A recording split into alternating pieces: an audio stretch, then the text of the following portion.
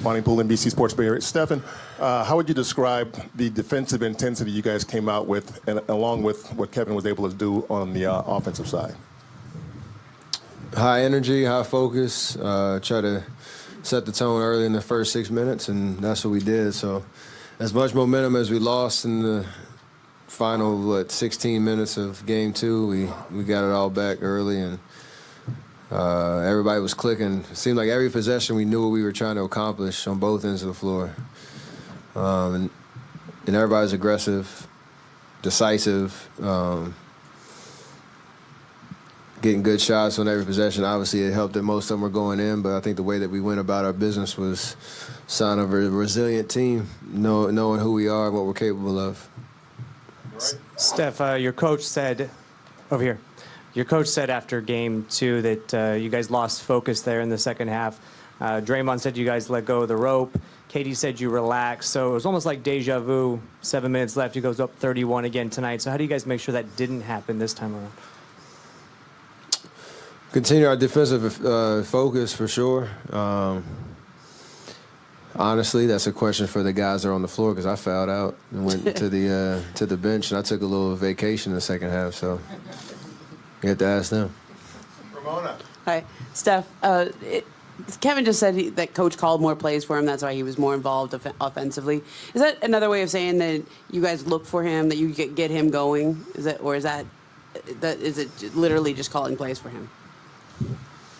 We made some adjustments in terms of trying to get him in better positions on the floor, knowing what Pat has been trying to do,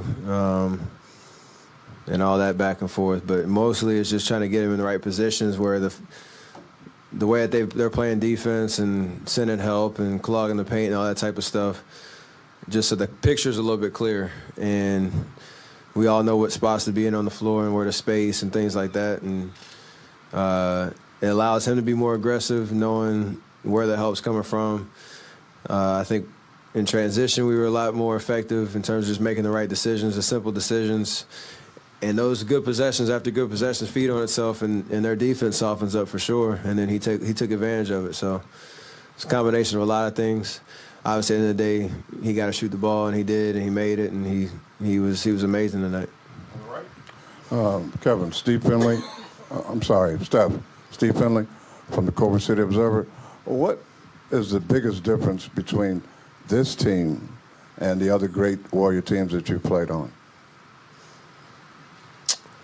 I don't know, to be honest. I mean, we've grown a lot, and our team right now, obviously, in terms of the guys we have come off the bench, it's a couple of young guys and ready to take advantage of the opportunity to play. But our core is pretty much the same, and we're very experienced. And the league has changed more so than us, to be honest. How teams are kind of put together, emphasis on the three-point shot, positionless basketball, all that type of stuff. So I think we obviously had a huge part in changing that, but we've evolved as well, and it's nice to be in this position where we're chasing another championship.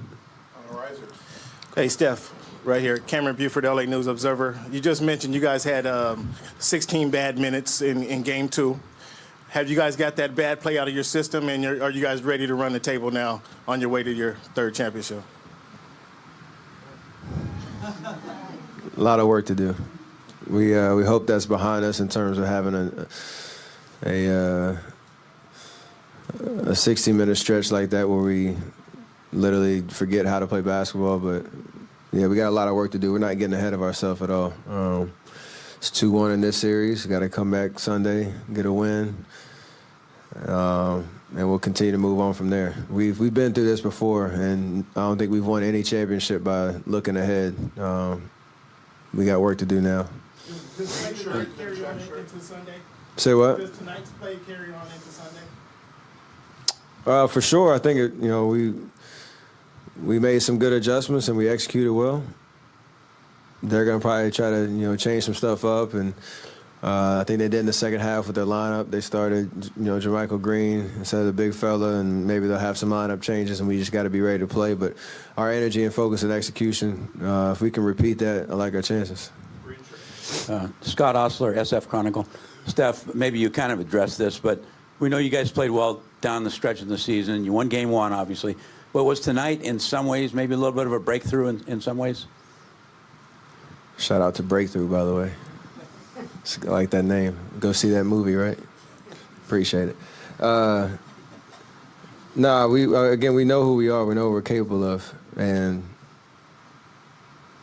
the fact that we could bounce back from, again, a 31-point loss or come back and play the way we did in that first quarter and make the right adjustments and just be ourselves shows what we're capable of. The way you win a championship, the way you win a series and whatnot is being able to do that consistently, put back-to-back games together. That's the challenge ahead of us for Sunday. Last question, Chronicle. Ryan Gorsey, San Francisco Examiner. Steph, to see Andre, flying back up the court after that three, and to see the energy he's brought with those dunks and the energy he's brought on defense, what does that do for the rest of you guys? He's an X factor in a lot of games for us, a lot of series, and has been for us to help us win championships. And he understands the moment of the playoffs and how he can be impactful. It might not be making, knocking down shots every night. Just that energy and the way he plugs a lot of holes. He takes on those one-on-one matchups against, top-notch scorers and just seems to make timely plays. And then in the bonus offensively, when he gets it going, he knocks down his open shots. He play makes and finds open guys, like all that type of stuff. He just one of the smartest basketball players I've ever been around. And, he makes his presence felt for sure, whether it shows up in the stat sheet or not. So kind of a Mr. Do-It-All, depending on what the night, requires. Real last question. Steph, you guys won at least one road game in the last 20 playoff series, the longest streak in the NBA right now. What does that say about your team?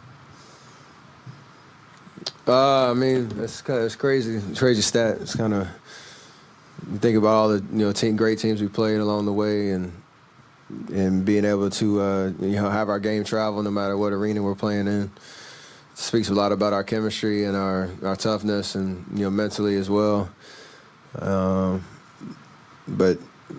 you take control of series by winning games on the road, and we've been able to do that. So, got another opportunity on Sunday, and hopefully that trend continues as we chase another championship, like you say.